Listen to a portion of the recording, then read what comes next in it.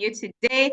My name is Stella Kivila. I am a pharmacist. I have been in the science field. I have moved my career in different sectors, and I'm currently working in the health technology space. Really excited to be here today. I'm joined by my co-host, Primera Mudhoni. Primera, how are you feeling this afternoon? We are here in Uganda, the Pearl of Africa.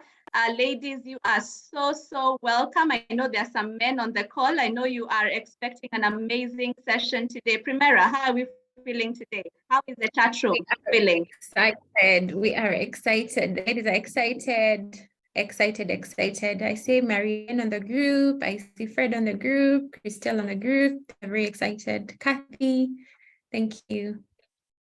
Excellent. Thank you so much, Primera. We are so privileged to be hosting the one and only Dr. Ameenah Gurib Fakim.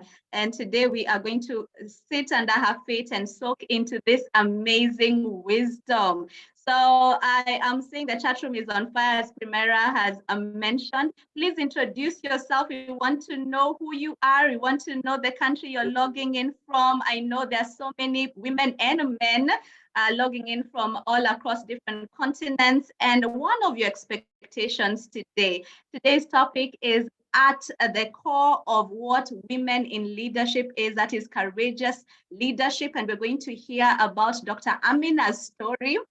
The whole transition between a career woman in science and being the first female president of the Republic of Mauritius. You're most welcome, Dr. Ameenah. How are you feeling this afternoon?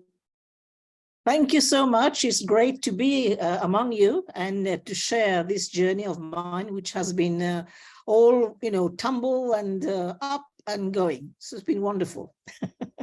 Excellent. Welcome to Girls for Girls. So Project Girls for Girls was birthed a few years ago in Harvard Kennedy School. And I know Dr. Ameenah has been invited several times to that particular institution to give her keynote address. I have been watching a lot of keynote addresses at Harvard, and Dr. Ameenah has been a frequent visitor of Harvard. And so, Dr. Ameenah, what happened is there are women who were studying in that particular institution, and they were campaigning for the one and only Hillary Clinton. And Hillary Clinton lost the presidency race, as we all know. But then they asked themselves, wait a minute, there's a problem, because in every continent that we're coming from, women are being left behind. So they decided to do something about it. So they created this amazing mentorship program called Project Girls for Girls, which is currently in all continents.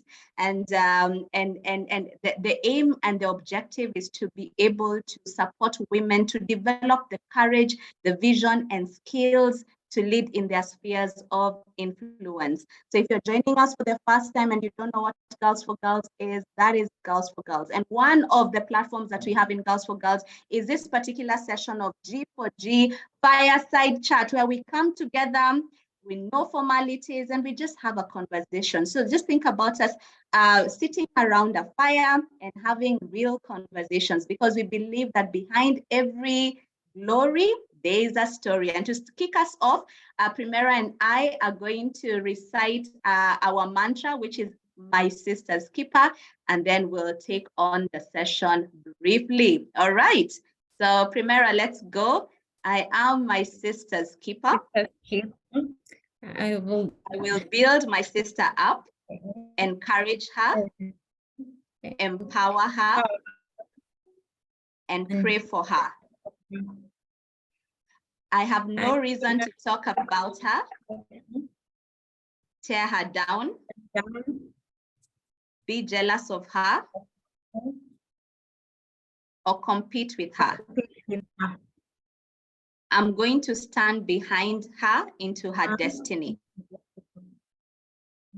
Excellent. Thank you so much. That's what we stand for in Girls for Girls. Most welcome, everybody. And joining us all the way from Nairobi is one of the co-founders of Girls for Girls to give us a welcome remark, the one and only Allen Asimwe. We call her Sunshine. Allen, how are you feeling this afternoon? Oh my, hi Stella, hi Primera, and good afternoon, Your Excellency. Oh my God, just when the mute button is to be found, it disappears. What a beautiful afternoon. I say hi to everyone here. Welcome to this Fireside Chat, one of the platforms we have to really engage with women on difficult conversations, on issues that are affecting us. And it's one of the platforms we have at Girls for Girls. And Dr. Ameenah, I don't know if you remember, you came to Harvard Kennedy School in 2017. You spoke to us, you touched our hearts, and a number of us set up Girls for Girls right there at the campus in those little rooms and amidst the exams and reading books. We set it up as a project. We didn't know how big it would grow. All we wanted to do was share our stories. All we wanted to do was touch another woman the way we felt we had been impacted whilst at Harvard, while seeing role models like yourself, whom we often don't get to touch and see. I took a beautiful photo of you with you that I treasure. I was blessed to meet you again in Mauritius during the Boardroom Africa training, and you sat with us, you graced us with your presence. And for me, this is a beautiful sort of circle coming round to where we are now, because just hearing your story, you impacted, you don't even know, at times when you tell your story, you don't know how much it's going to touch young women or others around you. But just hearing your story of resilience, of courage, of moving, step by step. This is what we talk about in courageous leadership, moving step by step, at times even when things look gray, when you don't know where you're going, but just having that courage, you have the fear, but you just say, let me take the next step and see. And never forgetting to pull along other women, never forgetting to pull along other women. At Girls for Girls, we believe in empowering girls to lead. And for us, we see it in two ways. We see it, one, in the numbers. We never want to see that there are only 5 women who have been presidents in Africa or 10. We want there to be an opportunity for every girl to achieve that highest level of office that she wants to get. So we want the numbers. But secondly, and even more important perhaps, is the action. We want girls to take action. For us, empowerment means action. If you see that job offer, take action. If you're in a terrible relationship and you're being battered, take action, move out.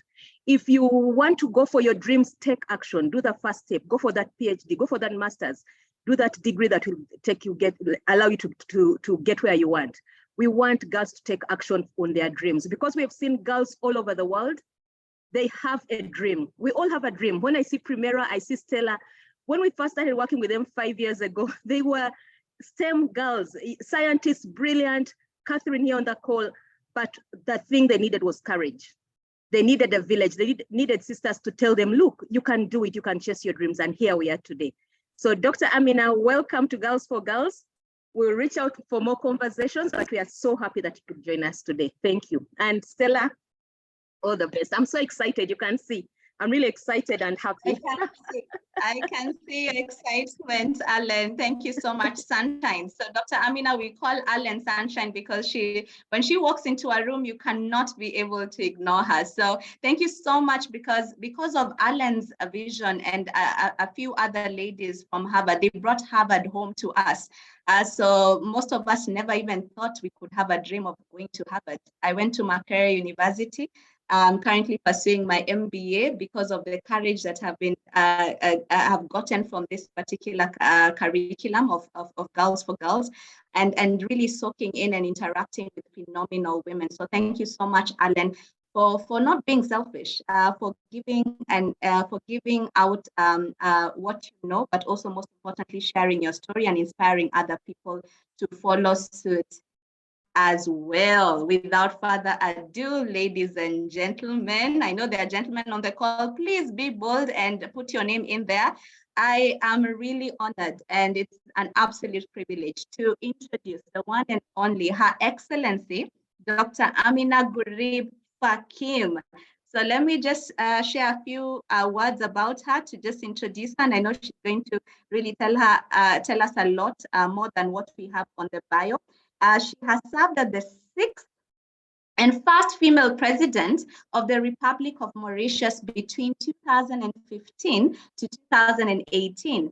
Prior to that, she has been the managing director at the Center of International Development Pharmaceutique. Now, I do not know French, so Dr. Ameenah, please correct my pronunciation. All I know is that it's a pharmacy-related thing, so it's very close to my heart. She is a professor of organic chemistry at the University of Mauritius. Since 2001, she has served successfully as the Dean and Pro-Vice Chancellor. From 2004 to 2010, academia.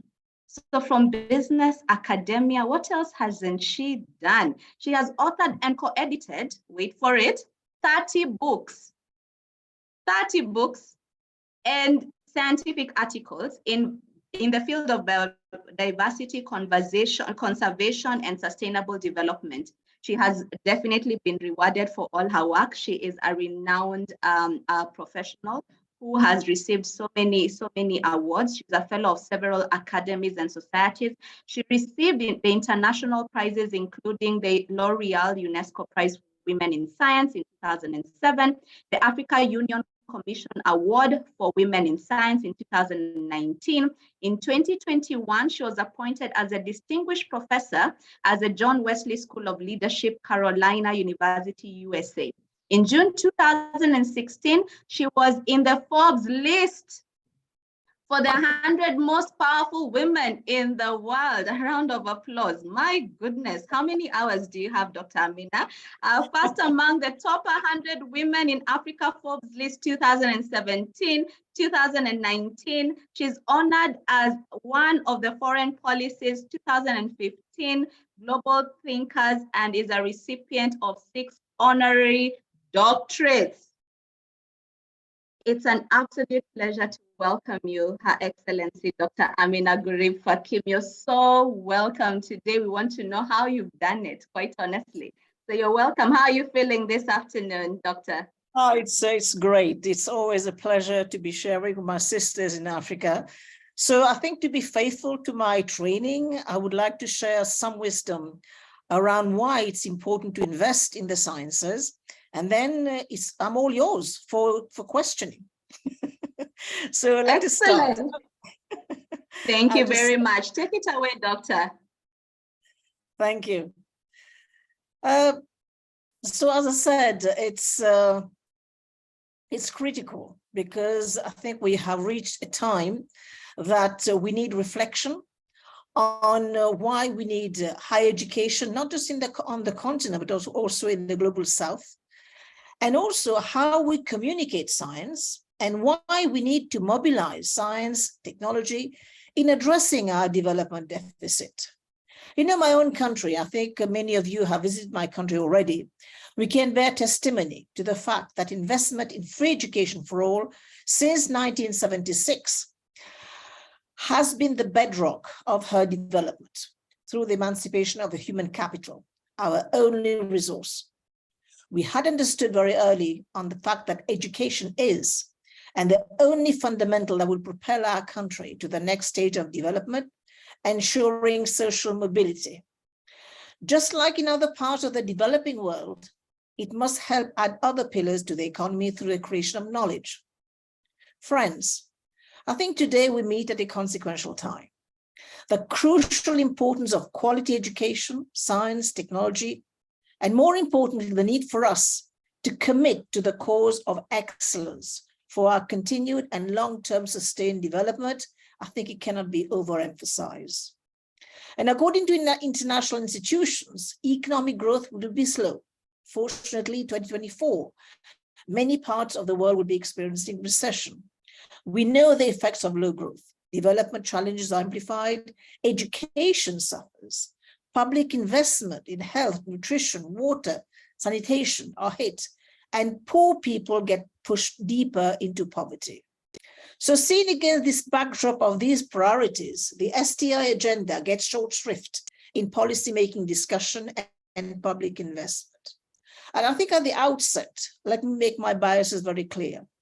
As a former academician, lifelong scientist, entrepreneur, and past president, I sincerely believe that quality education, science, technology, and innovation have major roles to play in advancing knowledge for improving the everyday challenges faced by our fellow Africans. That is why I'm pleased to join my voice to the ongoing effort to an education-led transformation in Africa and in the developing world. Tapping into our vast human, scientific, and innovation potential will require vision, sound policies, investment, backed by keen implementation capacity. Emerging economies need resources to conduct research that is creative, innovative, and also adapted to local circumstances. To achieve this, we need talents. Ladies, and I think we also have a few gentlemen, let me be very clear. I believe that the untapped potential of Africa and the developing world remain in her people. Africa is the youngest continent in the world, and by 2050, the continent population is projected to double and reach 2 billion. Channeling the tremendous reservoir of human capital to productive sectors and sustainable use of our natural resources will not only offer unrivaled economic and social opportunities, but also mobilize our youth to the urgent task of national and regional development. And we need to build on this momentum and mobilize greater resources to consolidate our universities. And our intervention must be guided by sound policies, increased investment, greater innovation, all backed by rigorous science-based evidence, which can help guide the creation of policies that are growth-inducing, fair, free from political bias, and benign to the environment. For brain gain, Africa and the developing world's brain gain also need to be addressed. For this global region to take the rightful place in a fully integrated economy, the conditions need to be created and sustained. Ladies, for a technically sound meritocracy to bloom, one must connect the dots and accelerate the fight against myriad challenges requiring interdisciplinary approaches such as climate change. Harnessing new technologies, translating academic research, securing intellectual property rights are all ways and means of boosting innovation, productivity, jobs, and the ability to move up the production value chain. One of the dominating features of the 21st century is the remarkable growth and ubiquity of global communications affecting all facets of human endeavor. Just imagine the impact of technology in a country that doesn't have the capacity to create jobs for its youth. Equally important is the need to marshal innovation, mobilize investment, strengthen our academic institutions. That's why it is crucial to prepare our young minds with the necessary skills in order to be able to compete for jobs in the global market. And this is where our education system has a major role to play in this process. An education that elevates the mind of our youth, open the doors to new horizons, is what we require in today's uncertain times. Because even in the best of time, they will be required to tread in unmapped territories and troubled waters. And we know that the rapid rise of social media has been breathtaking. So the internet, as we know, is also helping to bring education to millions. Now, why do we need to keep on with the same education model that we've had? Computers can do that for us now. We should do it with rote learning. It does not commensurate with the needs of our dynamic, knowledge-based economies and societies, nor is it conducive to the cause of innovation. Fundamentally, we'll need to change what people learn, how people learn, when people learn, and even why people learn at all. And this is where the surge in communication capability is unprecedented in human history. And all these developments should also challenge us to think innovatively and creatively. And I call all upon us to use the power of your scholarship to help ignite innovation in key sectors: agriculture, energy, environment, health, trade, sustainable use, and the management of natural resources that matter for our collective future. And as a scientist, I still lament that our region is not catching up with what the rest of the world is doing. So to feed Africa, to help a population in good health, we need to bring about Africa's institutional transformation. We need partnership between public and private sectors, between academia and civil society, between scientists and non-scientists. Partnership of the essence. And where such partnership doesn't exist, let us create them, keeping the common good in mind. In all these areas, women can and must become the drivers of change. And that is why I'm so pleased to join my voice in this ongoing effort to build a movement for science, technology, innovation, and geared towards sustainability. I believe it's time now to rededicate ourselves as we loom ahead to goals 2030, because I think we are going to be very much behind to the aspirations we had in 2015 when these were actually endorsed by the United Nations. But still, we cannot abdicate our responsibilities, nor shirk from our commitment to excellence. We must become active and not passive in generating ideas. We must become producers, not just consumers of knowledge. And we should capitalize on the momentum gained at the global level while recognizing that all actions are local. Because development takes time, we cannot and must not fail yet another generation. And with these words, I really am thankful for you to invite me to share my thoughts on why the intersection of quality higher education, science, technology, innovation, and politics matter, because we are living in different times and they call for different solutions. And as Abraham Lincoln once said, dogmas of the quiet past are inadequate to the stormy present. The occasion is piled high with difficulty, and we must rise with the occasion. As our case is new, so we must think anew and act anew. So this brings me to the question that you all must be dying to hear from me and rearing to ask. How do I describe myself? Well, I can resume it in one word. I'm the product of adversity. I became a scientist because I was passionate about science, still am. When I decided to make it a career out of science, I was discouraged on the ground of my gender. I was told I should not study science because I was then a girl and it's a subject for boys, and that there would be no job for me if I decided to follow the track. I persevered. I became the first woman professor in my university. I dared to start working on traditional knowledge. I'm standing on the shoulders of our grandmothers. I went into plant chemistry, created the first database in my region. This will serve me later when I decide to become an entrepreneur.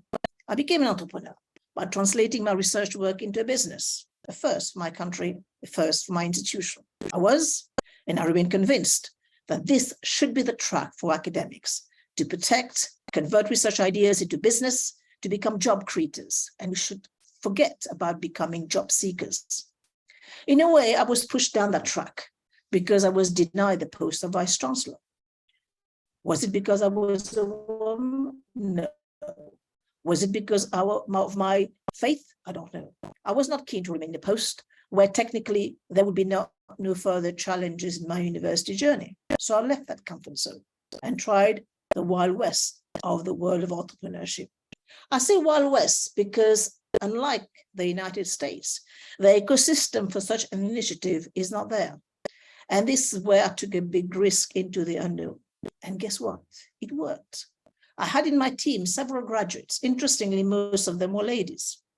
And we were very busy extracting innovative molecules from the unique local biodiversity with a view to addressing the needs of industry, pharma, cosmetic, food sector, and we were having great fun. So my first message here is always work with your strengths. Then the world of politics chose me because of my perceived negatives, for being a woman, for being a scientist, untainted by the world of politics, for being a Muslim, because Islam is a minority here. So I fitted the bill. There were huge risks in as much as I felt the odds were stacked against me. The party proposing me as president was a small motley group of parties joined together to confront Goliath. But look, guess what? David won. What lesson I could draw from there is that all negatives can become positive. So believe in yourself. Bottom line in my eclectic journey, be passionate about what you do. Take risk, dare, live your wildest dream. Let the size of your dreams frighten you and never, ever give up. To me, true success is the number of times you rise, each time you fall. Thank you for your attention. Amazing. Thank you. Thank you, thank you, thank you so much. And when you were just talking, one of the things we need to invest in Africa is actually technology and internet. The internet just threw me out. I was trying to get back on. Thank you so much for this amazing, amazing preamble. Surely every glory has a story. And I love that you use every opportunity to advocate for women, for more investment in women. And I remember one of the famous quotes that you have is that we cannot win a soccer match if we leave 52% of the players on the bench. And Exactly. This is exactly what you have mentioned today, that we need to invest more in our policies, more in our education, and start asking fundamental questions around why, what, how, and why we are doing everything that we are doing. So let's go back, allow us to go back, Her Excellency, to where it all began. In Courageous Leadership, one of the things that we focus on, it's one of the modules, it's module 2 of the Girls for Girls curriculum. And one of the things that we believe is that courage is not the absence of fear, but doing it afraid. It's facing fear in your face, as what you said, it's a David Goliath kind of situation, and doing it afraid.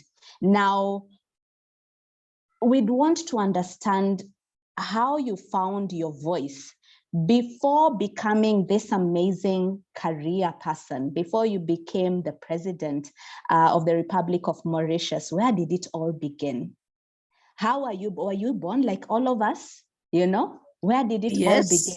You grow up in a family like all of us, and where did that passion, where did your passion get ignited from? Maybe if you could give us that preamble. Thank you very much. Sure. Back to you, Doctor. Yeah, thank you. I think this is where, this is again something I really champion. I champion that the fact that fathers need to be the cheerleader of that little girl growing up. And when people ask me about, my journey, and you know what I say to them? I say to them that my message to you is that that little girl growing up in my village, she must be able to say, yes, I can do it too. I can do it too because she's done it before me. And she did it before me through dint of hard work and through sacrifice, because there is no going around the fact that you have to work hard. And come back again to my childhood. I grew up in a very small village, just like we have in Africa. And why I posit that for Africa, because we were still growing up in the colonial era. There was hardly any infrastructure. But I had a father and a mother. My mother didn't get the right education. She was a very bright woman, but was deprived of an education. She was, of course, dying to actually get to. So she lived her dream through me. But my father was the one who was forever pushing me into education. He gave me the opportunity because at the time I was growing up, education was not free. So he said he will give his daughter and his son equal opportunities. And you know what he would tell me at home every day? He would say, you're capable of doing anything. Never let anybody pull you down and tell you you can't do anything. And I tell you what, this has been the bedrock of my self-confidence building. My father said this to me. And my uncle would also say to me, yes, girls can do it. So this is what pushed me into this curiosity journey, which was, of course, the journey of science. And I was lucky to have had teachers who could demystify science for me. So my journey was a journey of passion, was a journey of curiosity, was a journey of hard work. And that's what got me. And I was always listening to my heart. Never listen to your head, listen to your heart. That's what you have to do. Excellent. Love that. Never listen to your head, listen more to your heart. And the role of a father in a girl's life, and we live in a society where we have absent fathers. And I hope all the men on the call today, you've had the importance of having a father in a girl's life. We cannot win this war as women without the men. So it really starts at the bedrock of where the family is, that is at home. So thank you so much for really echoing that men have an important role in creating that and speaking life into a woman's life. I love that. So let's transition then. You went to school. Why didn't you give up? Sciences are really hard. You are in the lab, you are a bookworm. When people are partying, you have to read books. We have women on the call today. We have ran Girls for Girls STEM cohorts, women in science, technology, engineering, and math. And being in a sort of quote unquote male dominated field, what made you stay on course? Because and I'm sure maybe in Mauritius is still a minority of women pursue these courses. It's the same thing with especially Africa, Asia, and emerging markets. And there's so many women on the call today who sometimes feel like it's a lost cause to pursue these careers. What made you stay on course, doing something different and going against the tide? Back to you. It's one thing that, again, I have to say to all the women. When you are a woman out there, whatever you're going to try to do, you're going to be hit above and you're going to be hit below the belt. But be passionate about what you do. Just enjoy what you're doing. I mean, nothing should distract you from the goal that you've set yourself. You can have dreams, but if you don't set yourself goals, it just remains a dream. So dream big, set yourself goal and say, I can do it. I'm going to get there. And what people, will always pull you down. Unfortunately, I read your the very first slide you put up. Unfortunately, women, most detractors, they're going to be women. They will tend to pull you down. And I think it has been said time and time again that there is a special place in hell for those women who don't help women. And this is very true. So I think just believe in yourself, believe in your dreams, believe in the goal you've set yourself. And as I said, dream very, very big, because the size of your dream should matter, because if they frighten you, that means you're on the right track. But never, ever give up on what you believe in. Believe in yourself, because no one else will. So keep staying focused. But as I say, work hard, because as I said before, and I will say it again here, excellence knows no gender, and always target for the very, very, my mother said to me, target the moon, you'll end up on the mountain. Wow, I love that. Target the moon and you land on the mountain, and excellence knows no gender. I love that. And sometimes as women, we think that we have it, we will be given favors just because right now there's never been a better time for us to be young, to be women, and to be in Africa or to be in an emerging market. So thank you so much for really echoing those sentiments of staying true to the cause, not giving up, and pursuing excellence. So let's transition then. You get out of school, you start this career. And quite honestly, when we're reading your bio, you have demonstrated this excellence. Then you decide you're going to get into the helm of academia and then start a business. Dr.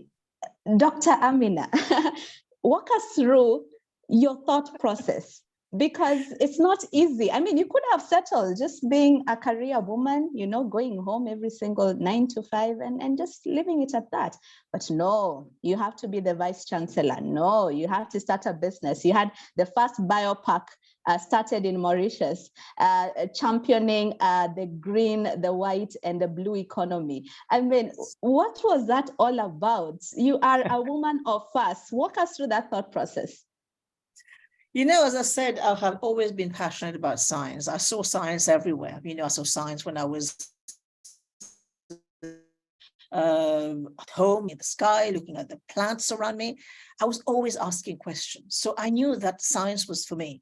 I had no idea what I would do with the science afterward. But as I said, I was discouraged because of my gender. I couldn't do it, but I just said, to hell with that. I'm going to enjoy what I'm going to do. So it was the first step was enjoying what you do. The journey of discovery, the journey of enjoying going to class, enjoying, getting good marks, and keep on competing with yourself. I've never competed with anybody. I just competed with myself all the time. Self-improvement, learning. That's why I always say to my children, I will say also to the girls, read.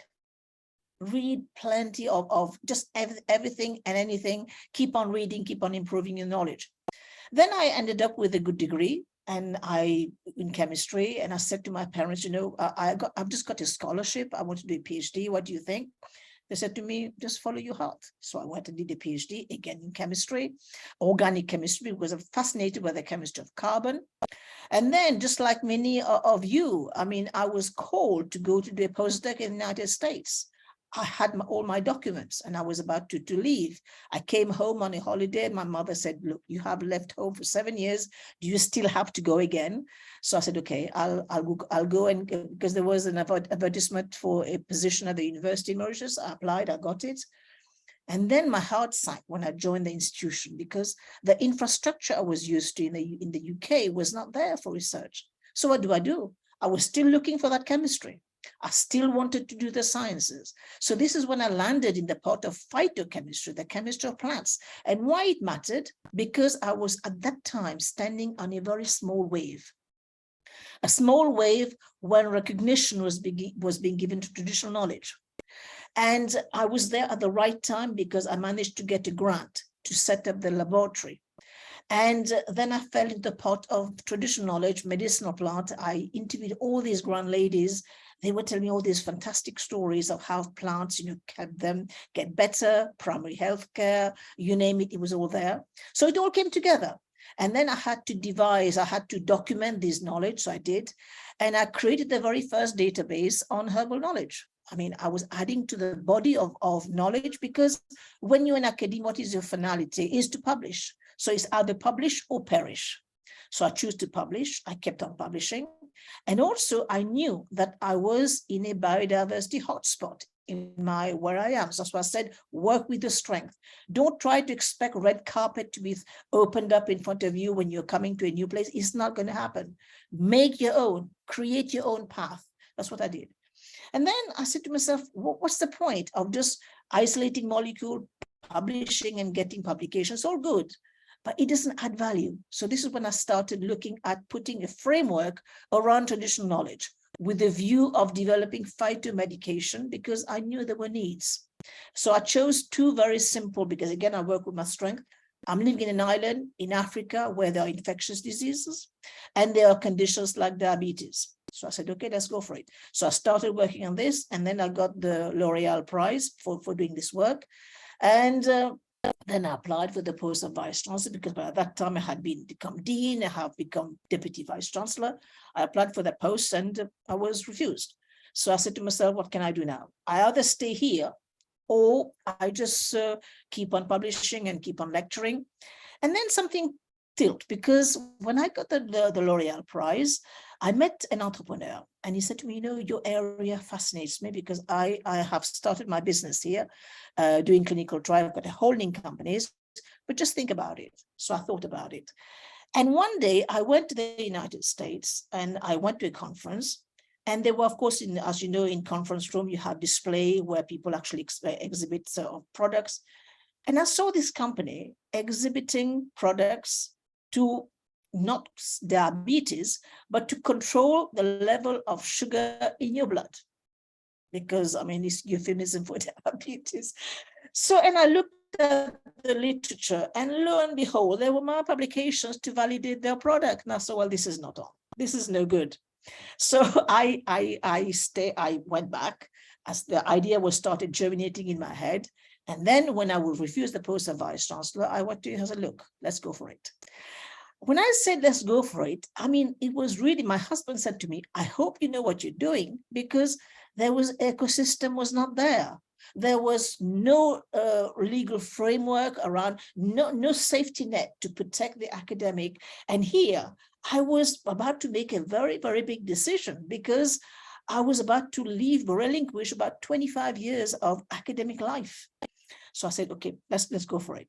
I went, I set up the company, because the ambition was to generate innovative molecules from the plant. Of course, I had the database, so I had an inkling of what was novel, what was new, and there I was. And after a few years into the business, the demand was there. The holding company was doing great, and I was bringing the contracts. I was very happily minding my own business, and the world of politics chose me. And then I said to myself, another risk taking. When they said to me, you fit the bill because we want a new face, we want a woman, we want a scientist, untainted by politics. What do you think? I went home, I said to my father, this is what they said. And he said to me, do you have anything to lose? I said, no. He said, go for it. So I went for it. I took another big risk because I knew that had they lost the election, I would have been for a rough ride, because you know how it is in terms of vindictiveness of politicians. But I said, let's go for it because I have nothing to lose. So I went, and then I got called to office in 2015. So that was my journey. Wow, remarkable. Whoa, Dr. Ameenah, you know what you have just explained is concept number one in courageous leadership.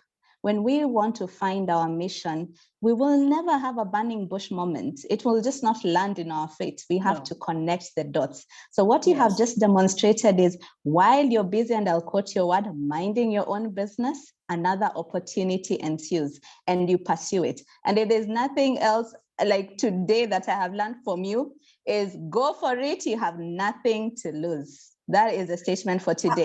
Go for it because you have nothing to lose. Philosophy. Adopt Nike philosophy. Just do it. Just do it. I like that.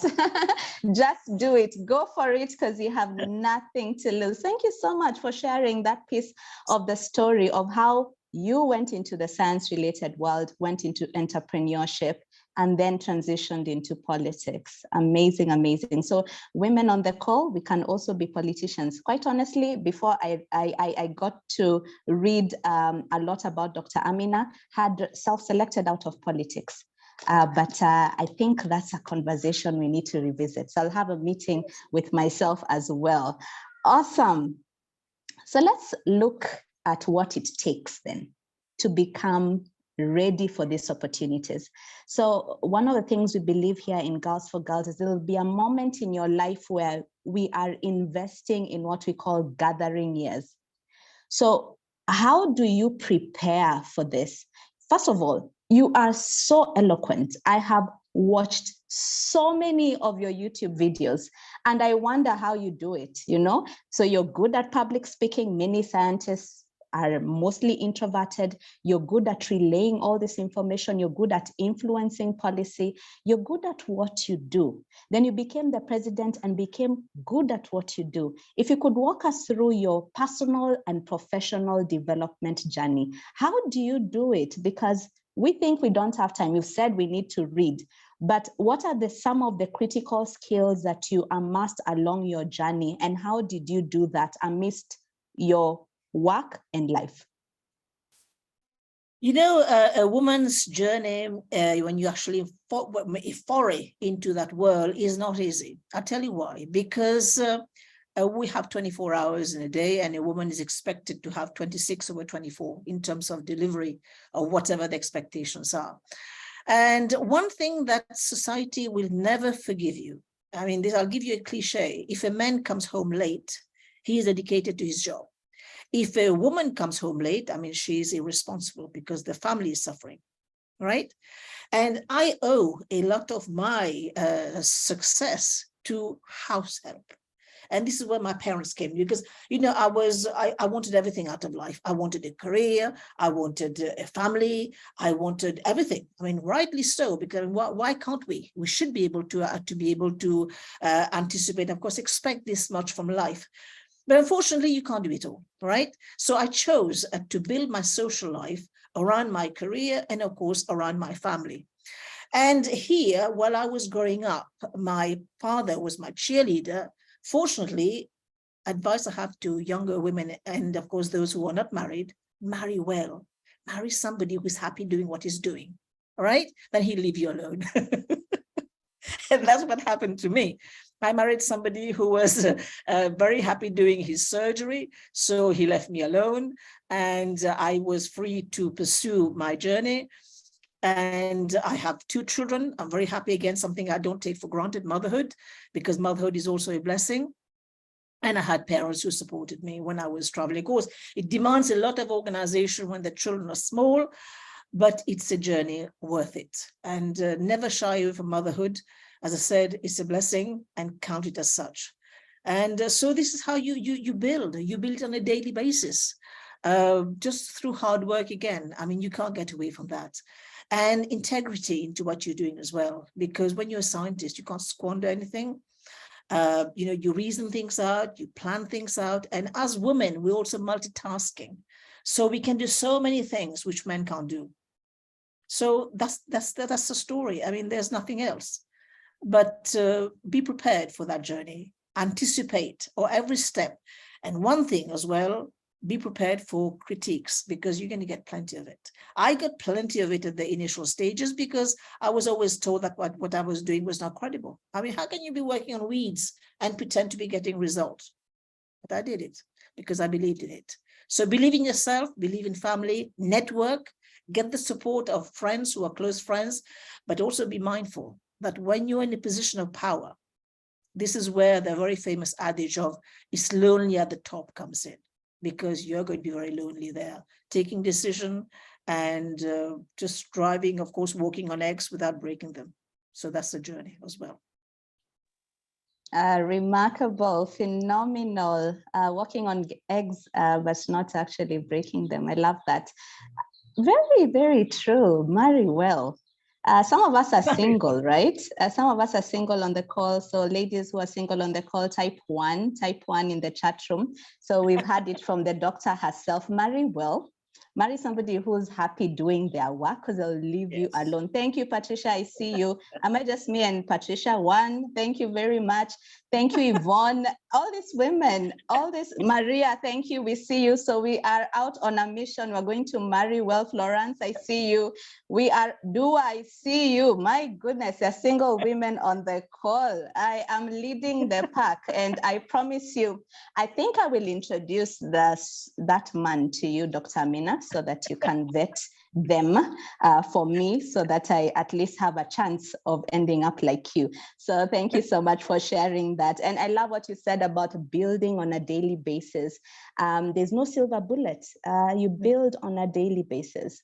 Now, before we come into that area of politics, because I believe you needed to get a different set of skills, I'd want to just bring on Catherine. Catherine has been our leader in the Girls for Girls STEM cohort, and currently we are at Girls for Girls STEM cohort 9, and there are so many G4G STEM cohorts across all continents, and she represents, and she's an engineer herself, and she has done phenomenal things.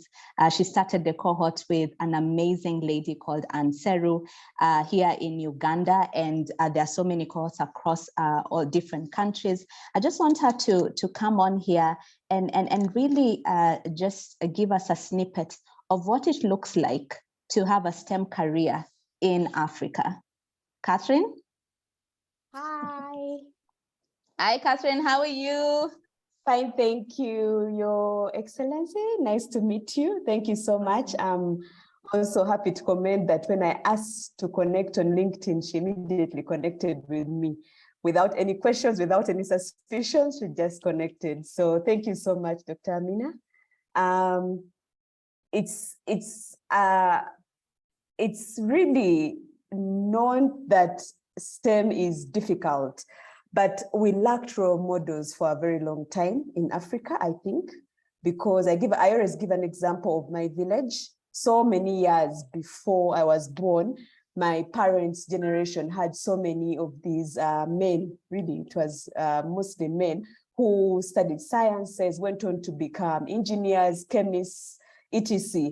But then there was nothing from that village. So for a village that used to produce the top professors in this country and then nothing, I was a bit bothered. So I asked my dad, what happened? What happened to your village? How come there's no one going to university anymore? And he said it's because we did not go back. So the issue in STEM really is that we do not have role models, and the role models are not willing to tell their stories.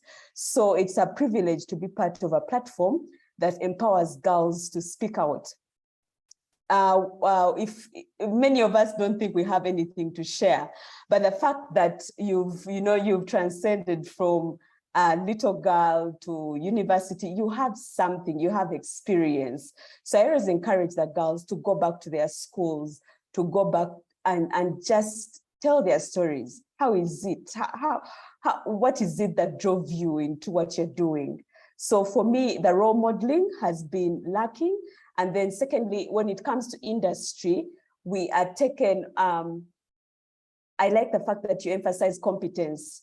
We go into this industry and we think that someone is going to recognize us for what we do, but we have to be excellent at what we do. It has no gender, really. So in everything that we are pursuing, we have to always persistently be excellent. And that's what I try to emphasize at the workplace, that you will not get a promotion because you're a woman, because everyone is pushing for 50-50. No, you have to be competent. And the other thing is, once you're competent, what are you doing about it? Are you sharing your knowledge with the next girl? And so that the next girl shares that knowledge with the next girl. And then we create a movement of people doing goodness. So Stella, yeah, those are my remarks. And I'm really happy that STEM is growing, but it's really the foundation of us going back to show the girls that it's possible, that role modeling, because we become what we see. So the more the girls see many of us, then the fear is broken. Yeah, so thank you so much, Doctor. And it's really a privilege for you to be on this call. Yeah. Thank you so much. Just one thing I would like to add. I think many girls may be thinking, why should there be girls in STEM? Why do we need women in science? I'll just give you a very simple example. You know, for the past year, we have been hearing a lot about food security, for example, in Africa. With the war in Ukraine, people have been talking. Why do we need women in agriculture? It's because women feed the continent. Most of the agriculture people in the fields, they are women. Now just think, if these women have been empowered with the tool of science, if they have been empowered with you know, kind of all the legal which actually will help that woman perform, she gets access to the tools of technology. I mean, how much more can she produce? So there is a definite economic aspect to having women in STEM, empowered to actually deliver in energy, in food security, in water. I mean, all these need a presence of women. And women, we do things differently, we address things differently, and this is where we call for the complementarity. I don't go for gender equality anymore, I go for gender complementarity, because we need both men and women on board. Excellent, very, very well said. Gender complementarity. Wow, I love that. You should document that and patent it, isn't it? So we are moving from gender equality to gender equity. Now, Dr. Ameenah has introduced gender complementarity and why we need women in STEM. And thank you so much, Catherine, for going back and holding another lady's hand together with so many mentors on this call today and across the world, just saying, you know what, people, and as you said, Catherine, we become what we see. The reason why we had the ambition of getting into these careers in the first place is because there was somebody that we were seeing in front of us who we admired, a role model. So we need more role models. We cannot afford to give up, because the next lady is waiting for us to succeed. So if you have nothing else, the next generation is waiting for us to show up and show off what we are able to give the world. So thank you so much, Catherine, for sharing that experience and the challenge that we have in emerging markets and Africa. I want to pause here for a small commercial break and go to the audience, because I know the audience has so many questions and so many comments before we get into the next session of this conversation. Primera, get us some feedback from the comment section. I just see love hearts. I see people pouring out their hearts. What are the emerging themes that we are having? And are there any questions that we can relate to Dr. Ameenah at this particular point? Primera? We have many thankful people to have the session today, especially being focused, the session being focused on STEM. It's very exciting for them. And the idea that excellence has no gender. That's from Agnes. And I have a question all the way from Pakistan, from Aisha. What are some policy shifts suggest to push more women in decision-making roles? What are those policy shifts?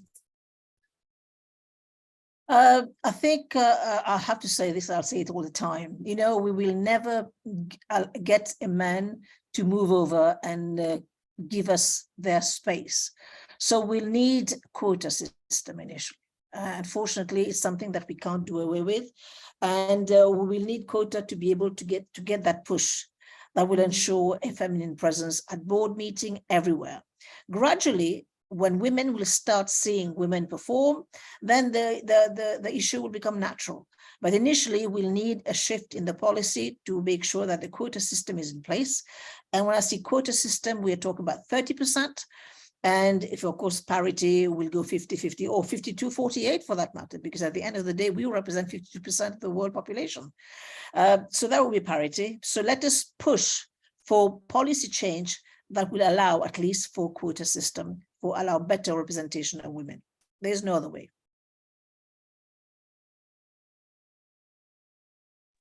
Excellent. Right. Thank you. Excellent. Very well said. Very well said. Primera, do we have any other questions at this point? I don't know if Anne is ready to make her comments. Excellent. All right. Great. Let me come in and ask one question, Stella, sorry. Dr. Ameenah keeps talking about her strengths. Most times people feel they have to go out in the world. And so I posted the question around finding your strengths. The gathering years around, don't just look at your phone. Don't just focus on what's before you, but try to build on. So Dr. Ameenah, if you could just give 2 or 3 pointers on how young women can constantly find their strengths, because at times you might not know you're not into agriculture and you go and decide to open an agriculture shop. I always give an example like that. So just a couple of pointers on finding their strengths. We are finding many girls wandering around, not knowing exactly what they should be looking for. And yet navigating to your purpose requires you to move as you know that, okay, I love reading. Perhaps I can do something with reading. I love art. Perhaps I can do something with art here. So something on strength finding. You know, there's one thing here which is very important. We have been growing up in an era where we, as I say, when I say here, speaking as a parent, we tend to format our children. We format them because, you know, my grandparents and my uncles and aunt, they have, for example, all doctors. So my children are expected to become doctors or engineers or whatever it is. But now with the possibility that we have with social media, with communication, I think what we have to do as parents is to see where's the focus of our children's talent, for example, where they're going, what they're good at doing. And I think it's our responsibility to channel that child into focusing on the strength. That's what I mean by strength, is looking at what you're good at. You could be good at drawing, you could be good with your hands, you could be a very good artist, you can be creating something. And I have moved, in fact, the appellation, the acronym of STEM to STEAM: science, technology, engineering, art, and mathematics. Because the world we're living in now depends a lot on creativity. This is where we need to look at our education. Our education system needs to change. It needs to be learning by doing as opposed to rote learning.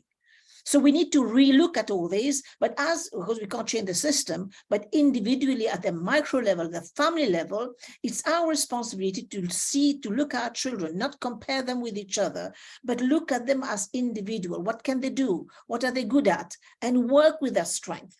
And don't expect them to fit in certain like the square peg in a round hole. Work with their strength and make them get better, because it's only when you're good at something that you feel confident. And when you're confident, you can do so many things. So we have this responsibility at the level of the family to listen, to speak to our children, to engage in the conversation. That's why, please, as parents, make sure that damn phone is not at the dinner table. Make sure you engage in strong conversations. Real conversations, and not just social media where you're just scrolling. Excellent. Thank you. Thank you so much. Absolutely. And as you mentioned, creativity is at the heart of success in every career. I believe that, in fact, it was just yesterday I was introducing myself as a creative scientist because I'm definitely, I have very many diverse skills on top of the fact that I am a scientist. And yes, Claire Komakech, art has been mentioned by Dr. Claire is in the art space, in business development, as many other ladies in this particular space. And so it's just not science, the same principles actually apply across the board, and really finding that strength, I call them superpowers, for us to be able to ensure that our mission is fulfilled. All right, so Dr. Ameenah, you go into politics, yes. The hot seat, it's lonely at the top. You are a woman, the first female president of the Republic of Mauritius. At that particular point, you had been the fourth female president in Africa. And before Sir Ellen Johnson actually left office. So walk us through your typical day as a president. I mean, how was it? Did it change from the fact that when you were doing science and then now you're the president? Walk us through a typical day. Well, in the initial days, I had to run before I could walk because I'm not a politician. So you had to learn the ropes of diplomacy. You have to learn the ropes of public speaking again. And so it was a very steep learning curve. But anyway, I knew from the very beginning that I wanted to actually define my presidency. And my presidency, I wanted to be defined along the lines of women needs, entrepreneurship, science. And I was lucky because in September 2015, this is when the SDGs were actually being approved by the United Nations.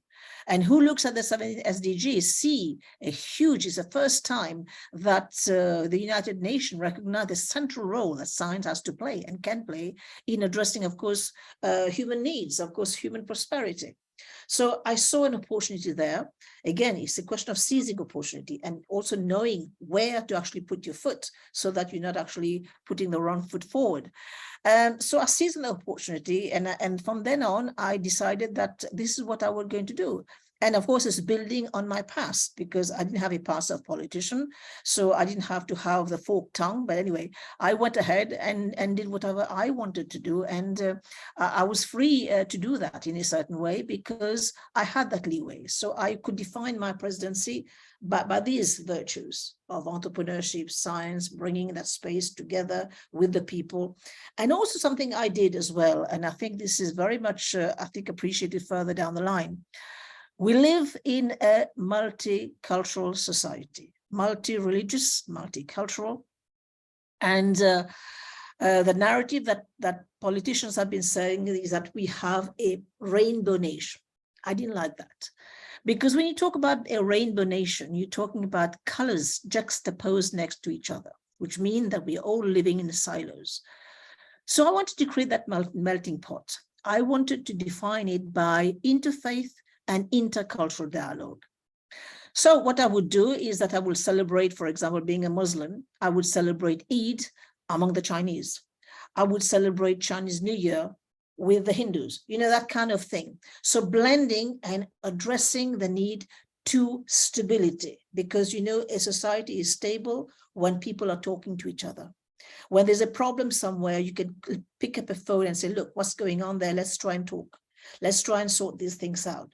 So this is something, of course, I was very, very attentive to, and I did that. I did that. And also I catered for children needs because there are plenty. And if you can alleviate them with a Christmas party, with a small gift, bring them to the State House and making them feel that they matter. So these were all that I did. Amazing, amazing. I love the transition between multicultural, multi-religious into interfaith, intercultural, and creating that intentional melting pot yes. So that we can be able to immerse in each other's culture. I believe that actually reduces a lot of conflict from a political perspective. I love the fact that you have said that when you walk into an office, you must define what that office will do under your reign. And I think we seldom think about that. When we get a promotion, do we want to define what your legacy will stand for? So I believe that's a great provocation in today's session. And one of the sessions that we have in Girls for Girls is a session about running for office and public service. And you've articulated the fact that we cannot create influence with no power. And the fact that you had a political position, you had the power to be able to make that impact on a large scale. Please talk to us around the importance of women getting a seat at the table, whatever seat that looks like, whether at board level, whether in a political position. Why is it important for women to have power in this? Well, very often there'll be no chair for you at that table. You'll be denied that chair. You'll have to bring your chair. And if the chair is not there, build it and bring it, because we need that woman at that table. Why it matters? Because when policies are enacted, when policies are being crafted, and there is a woman kind of perspective, that policy, you can rest assured, is going to work better for the society, for the country, for the community, for everybody, because women think differently. And I think over the past couple of years, we have also shown to the world that being compassionate is not weakness. Being kind is not weakness. And women can do that. Women bring in that paradigm shift into the discussion. So this is where, again, I say we need both women and men. And fortunately, you will not have a chair. So we have to be very mindful of that. And this is where taking each other by the hand matters. Because when that woman is out there, and I will tell you something, again, it sounds very caricatural, it sounds terribly boring. When you observe that, you have been to Harvard, you have seen a lot of women who reach that C-suite. They are always wearing very dark suits. They hardly wear skirts. They hardly wear any dresses. They are in the dark suit, black, gray, white, you name it, very boring. I say, I'm very proud to be a woman. I'm happy to wear dresses which are colorful, even if you have to go to a board meeting. So please don't change. Don't actually brand or actually trade your womanhood, your femininity, to be like a man, because you're not a man and you will not be accepted as such. So be yourself. Be proud to be a woman. Wear whatever you have to wear, because at the end of the day, what you utter in that board which will matter, not what you look like. And the more you want to be defined as a woman and happy to be a woman, the more respect you'll get. Amazing. There's no shame in femininity. All right. So let's not trade our femininity as we go up the ladder. And for heaven's sake, let's make sure that we reach out to the next person, the next lady to come onto this table. And as you said, Dr. Ameenah, there's a special place in hell for women who don't support each other. Didn't you say that at the beginning of today's conversation? Wonderful. Amazing, amazing. What a conversation. Thank you for spurring us into those seats. And if we do not have seats, build it and bring it to the table, because we need more women at the table. So Dr. Ameenah, before I bring in Anne is one of the leaders in our STEM cohorts. We believe in the power of having a village, a support system. Quite honestly, there are women who have gone before me. There are women who have mentioned my name in places I would never have been. The opportunities I have gotten because there's a woman who has mentioned my name in this particular spaces. Now, how do we grow a network of not only women, but also men who support us? And have there been influential people? You mentioned your family at the start, your father in inculcating that confidence, your mother never having no opportunity to go to school, and so she lived vicariously through you. Walk us through your science season and your political season. Who has been your board of directors, your personal board of directors, and how did they support you to become who you are today? You know, it's nothing like cast in stone that you get this. You get good friends, you have people who believe in you, but at the end of the day, the strength has to be within you. The strength to go further, the strength to do different things, it all within yourself. But before we go into that role modeling, because you mentioned something at the very beginning, role modeling, it's so important for girls, especially African girls or girls in the global South, because we don't have these role models. But I think something else we have to really address is the issue of stereotype, right? Stereotypes, we have to remove the stereotypes. Stereotypes in books. Let's look at the books of our children when we go back tonight. See how many books actually show African successful African women, successful African diaspora women who have made it. I mean, how many of us know the prowess of Katherine Johnson, for example? And there's so many. How many of us know about the great Wangari Maathai and what she's done for her native Kenya? I mean, there are so many of these very powerful. If I tell you who Dora Akunyili is, many of us will not know. So get rid of this stereotype. Start adding value to our own people, because at the end of the day, that little girl growing out there, she needs to see somebody who looks like her, so as to be able to identify with that woman, right? And this is again something which is lacking.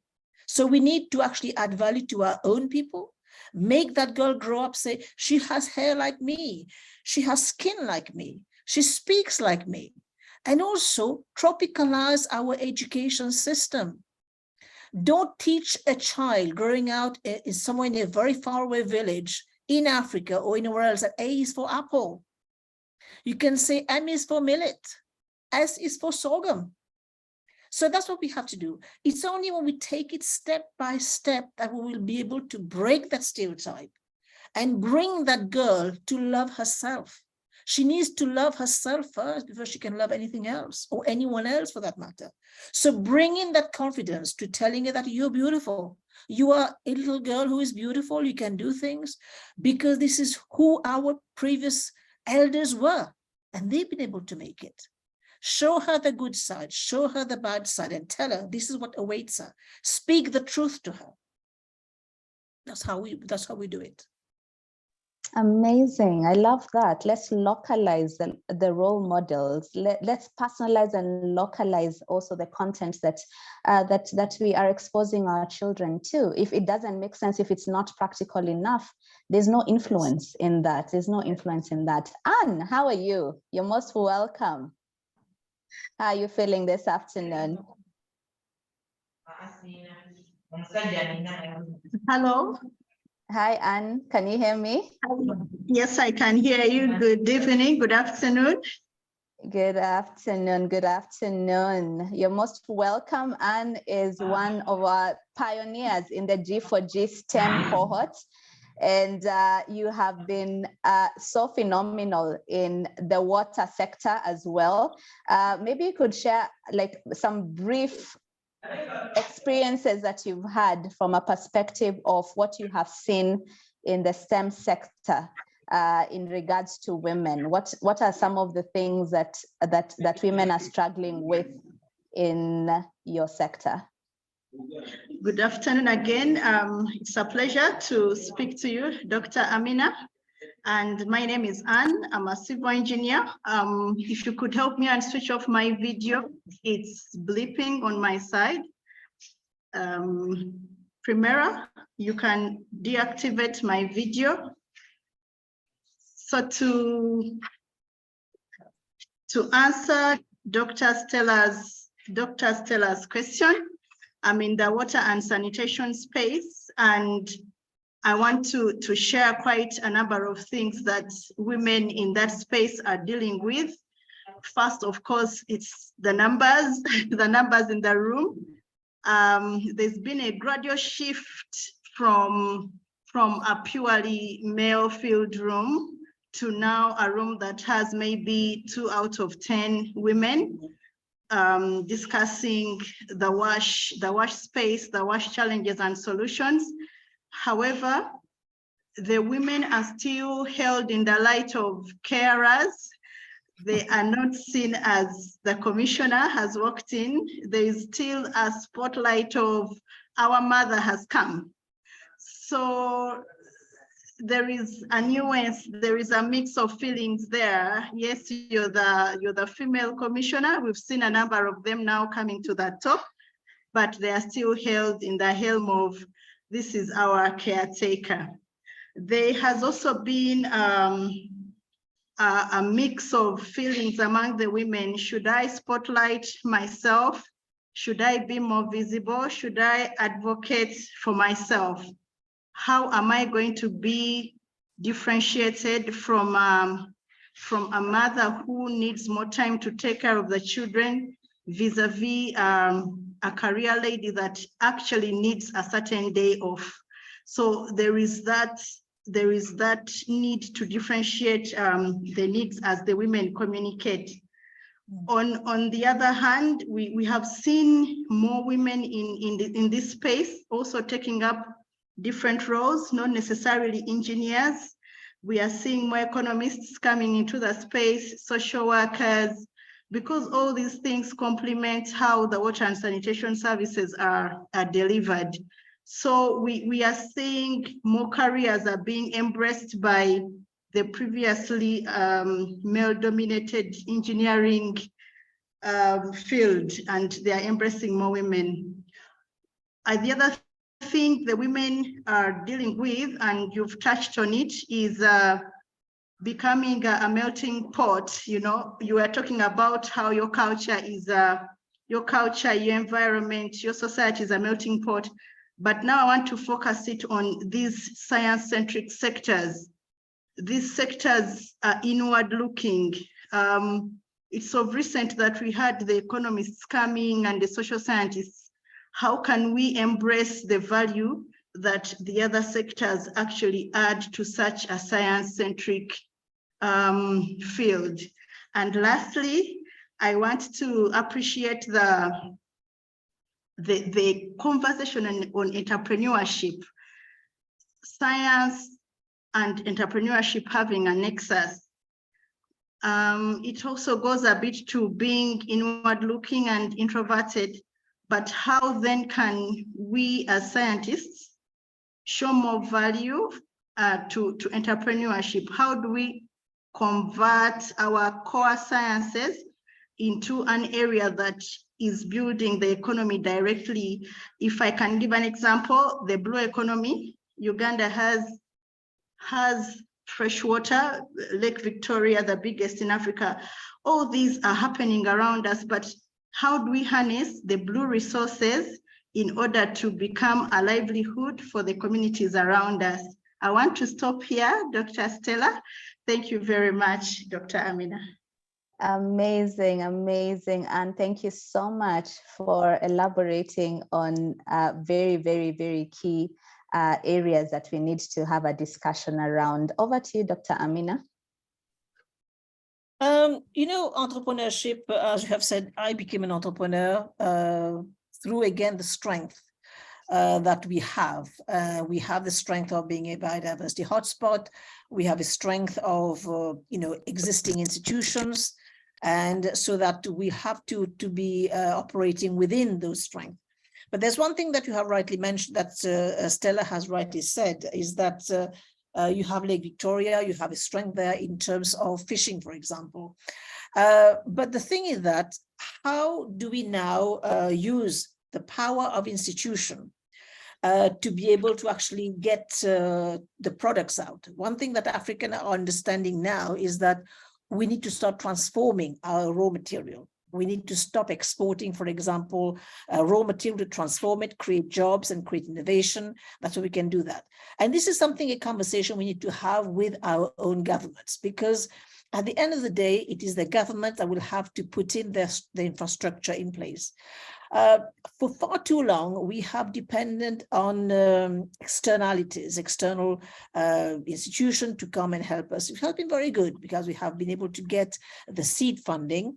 But here, I think there is an awakening. There is an awakening, for example, when African leaders decided to set up the Africa Free Trade Agreement.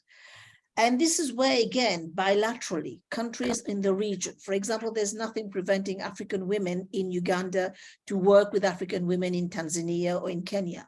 So I think together, in terms of numbers, there's always safety in numbers. So let us bring the ideas together. Let us work with the community of women so that we can leverage our own experiences. And at the end of the day, there are two ways which we can do research. We can do entrepreneurship. We can do research. We can do entrepreneurship for commercial purposes. We can go out there with patent and all the rest of it. But there is a fair bit of research creating impact. And I think this is where, again, we can do so much. I'll give you an example. There's a lot of problems, for example, in the field of, in Tanzania, in the field of agriculture. But there are so many good research which are going on in universities, which if translated immediately, it can create a big impact without the researcher having to go for patent and all the rest of it.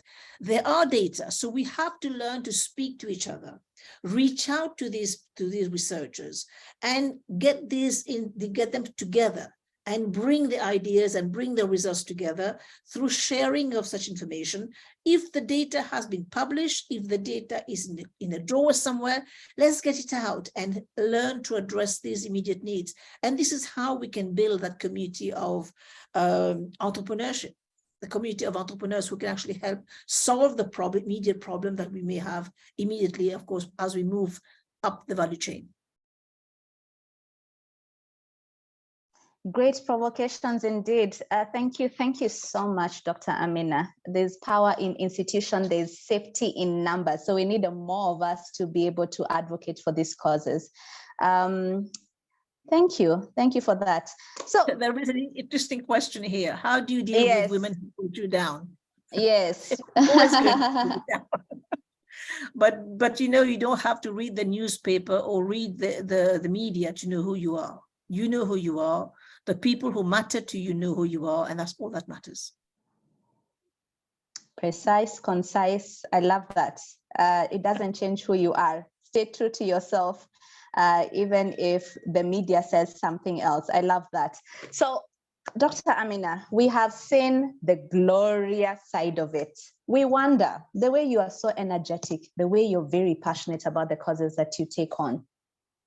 Have you ever felt like giving up? When was that day for you?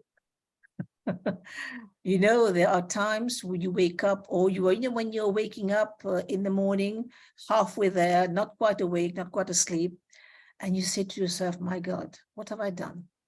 Where will the next contract come from? You know, when I left the world of academia, because I had safety net there in terms of a salary being paid to you every month, whatever you do. And when you become that entrepreneur, you don't know where the contract is going to come from. So there are days when it's down like this, but pick yourself up, think positive, and go out there. And when I went out there, I get the first email, there's a contract coming, there's a new person you're going to meet, that cheers you up.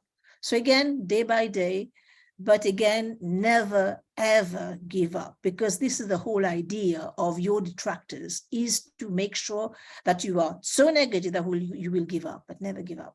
There's always light at the end of the tunnel. There's always light at the end of the tunnel. And in Girls for Girls, we say, never fall through the cracks. Never fall through the cracks. So the truth of the matter is, there's a woman on this call today who may not be as confident as you, who may not be as, I would say, they haven't yet gotten to that level of self-awareness. And quite honestly, some people have given up. They've given up on the cause, they've given up on life, maybe they've made mistakes before. What would you say to such a woman? How do they pick themselves up and move from a horrible situation? You've mentioned marriage. Some people have not married well, and they've had their spouses taking them down. Some people have not been privileged to have a supportive system from a family perspective and friends, and they just don't know how to move on from here. They have just delegated their life to the whim. What would you say to this lady? How do they pick themselves up and dream again? I think you have to do your SWOT. Do your SWOT. Look at your strength, look at your weaknesses, you have the opportunity, look at the threats. And if that threat is coming from within, then you need to have a very serious conversation within the family. You need to be able to have, if you have a partner, speak to that partner. You have a friend, speak to that friend. If you have this community where you can turn to, please do. But at the end of the day, every woman has something to offer. We can all do something. And this is where I think the initiative that we are doing here, building up that network, matters, because there will always be a shoulder on which you can cry. There can always be somebody you can pick up the phone and speak to. So building this network is very, very important, because, you know, sometimes having a conversation can help. Having a conversation can give this idea, hey, you can do that. Oh, I know somebody who can help you there. So this is why we need to ensure that we develop this community of women, this community of girls can look up to, the girls can have this idea and speak to. So we need to help each other. That's where this group matters, having this network, speaking, communicating, and at the end of the day, something will happen. Thank you so much. Doing life together. So don't do life alone, and Yes. do a SWOT analysis that you have something to offer. Even if you don't feel it at the particular point, you have something to offer. Fantastic. And engage in your strength. Engage in your strength. If you're good at doing, I don't know, I'm just saying just anything. If you're good at embroidery, do it in your spare time. Make it become that thing to do. And of course, participate in exhibiting your work. People will see it. People will encourage you.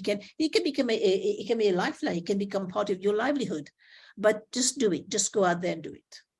Engage in your strengths. I love that. And the more you do it, the more you become good at it. And at the beginning, you mentioned about we learn by doing, not just by reading. You cannot learn how to ride a bicycle by reading a book. I always say that. So you have to get on the bicycle, fall down, and you'll master how to ride a bicycle. Yes. So there are a few questions that are coming in the chat section, in the Q&A section, and I'll take some of them. Most of us have become who we were told to be. And as Rose mentioned, that there are so many self-limiting beliefs that were wired in us in our childhood. And unfortunately, they have shaped the course of our lives. How do we reformat? How do we reboot our system from the foundation? What's your advice to that? This is, again, as I said, the danger we have, well, especially in my society. When I say my society, I mean from an island country, you know, insularity, religious, cultural, you name it. We tend to format our kids. But as I said, the more we now, with the power of communication and the power of social media, I think the child already is engaging and knowing what he or she can do. And the upside of this is that we should encourage our kids to speak to us, get to know the strength. And if it's a sister-in-law, or a sister, or a brother, or cousin, whatever it is, engage in that conversation, speak to them. And now we know, with the power of communication, with whatever is available, sometimes you find that communication is the last thing we do, because communication can be very superficial. So we should engage properly with family members, with, you know, engage properly and speak to them, spend quality time with them, and listen to listen to people, right? And this is something which is lacking in our society, is that we don't engage sufficiently. It's all superficial.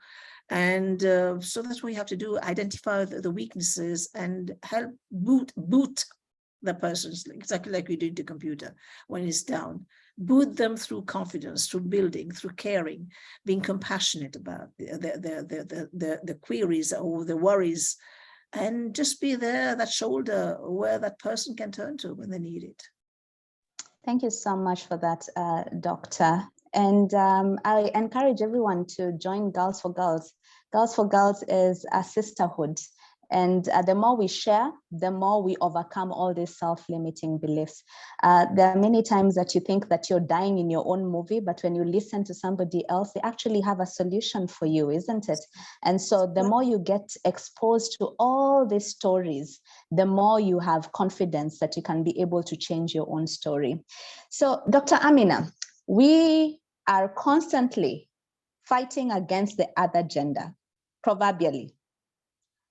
You have mentioned that you are pro-gender complementarity, right? How do we effectively engage the opposite gender? So that's a question that came in the Q&A section.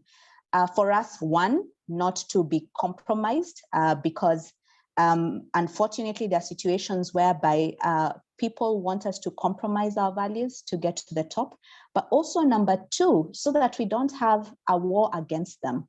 I mean, every single time we think about women empowerment, men keep on thinking that we are fighting against them. So how do we effectively engage men to be able to win for these causes that we believe in? I think it's easy. We just tell them who the boss is.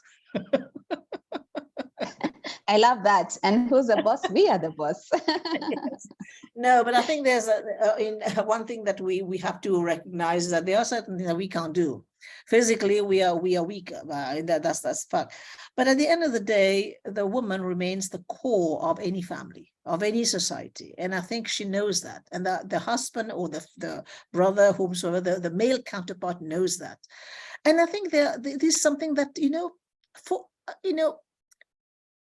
amazingly, this is where Africa has been strong.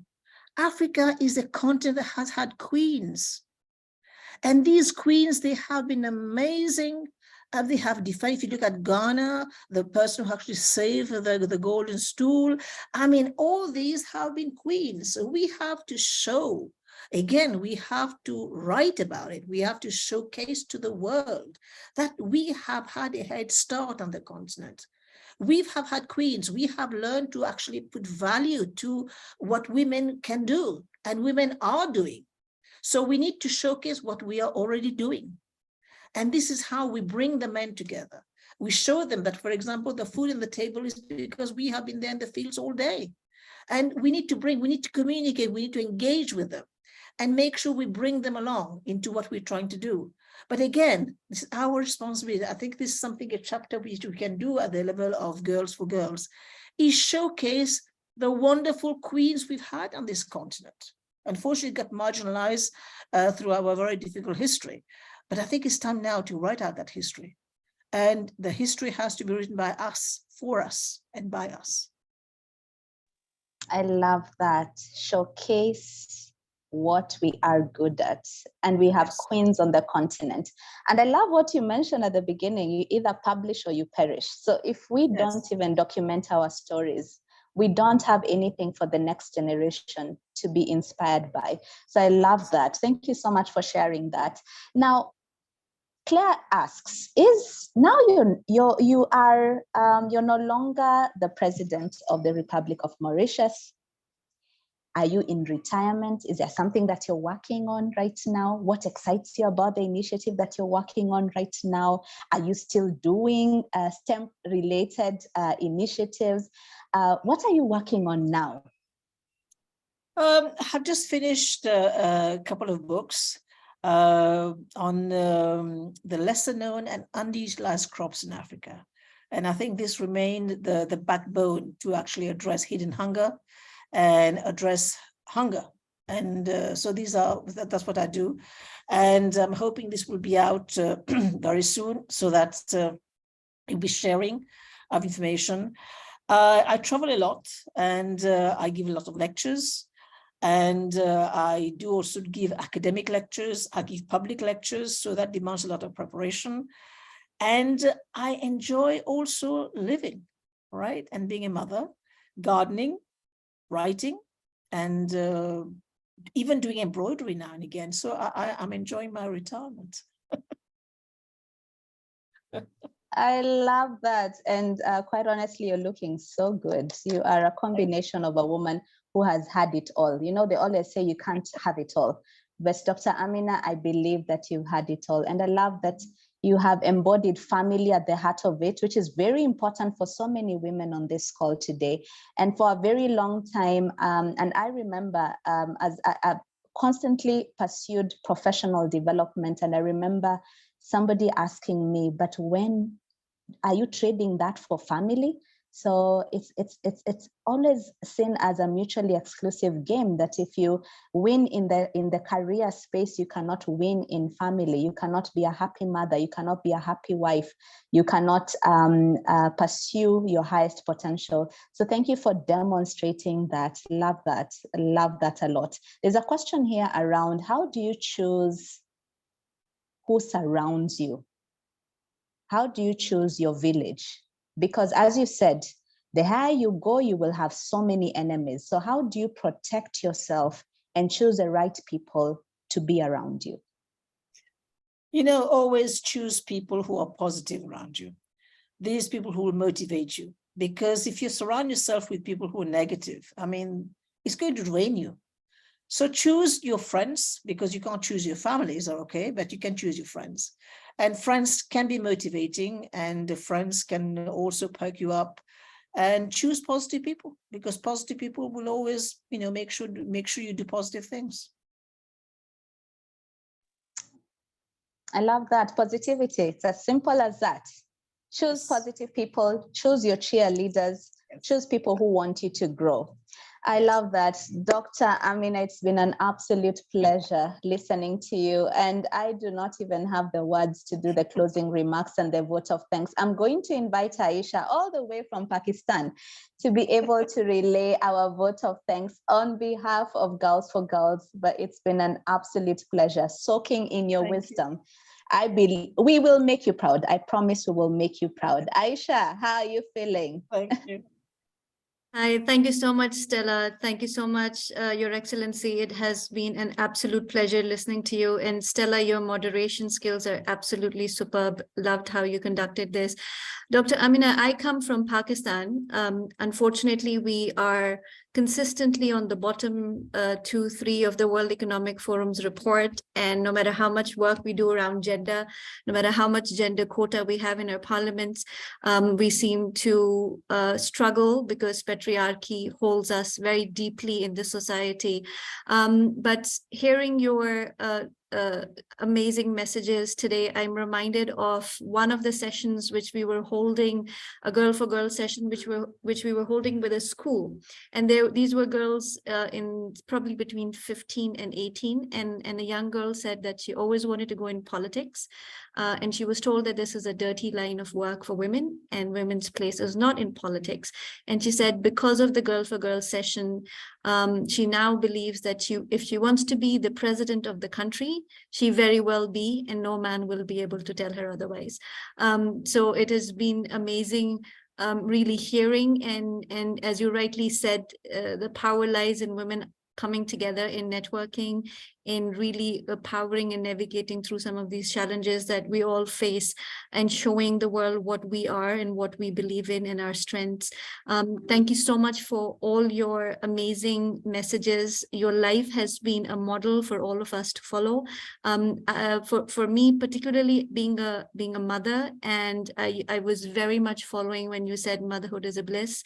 It totally is, because for me, it was a feminist awakening, and really the motivation to keep doing what I do with Project Girl for Girls is my daughter, because we all have a responsibility towards the women of tomorrow.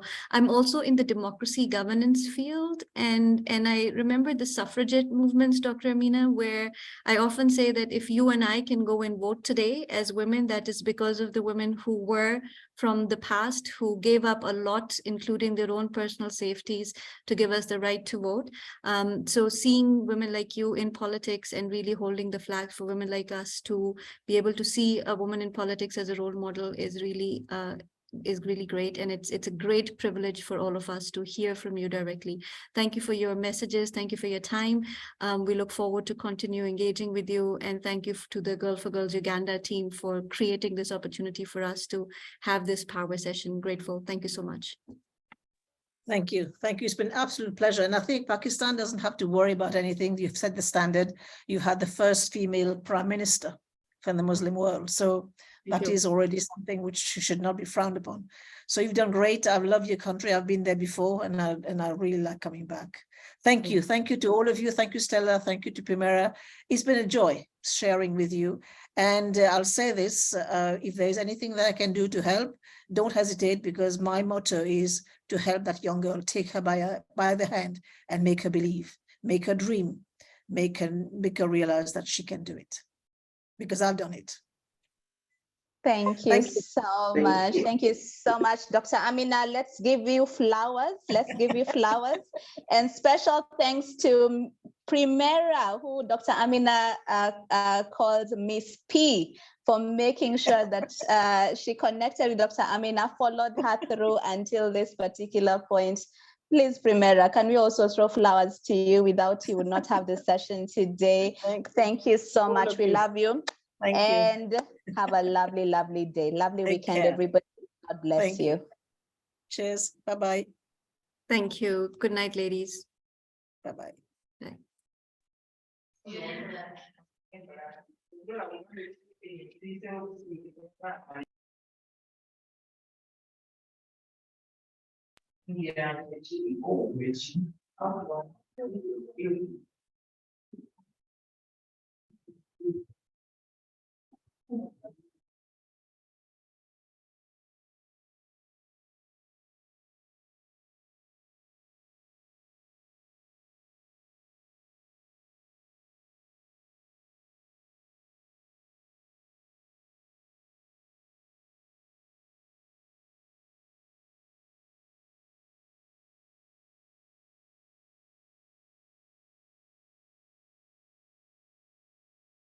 Thank you, Stella.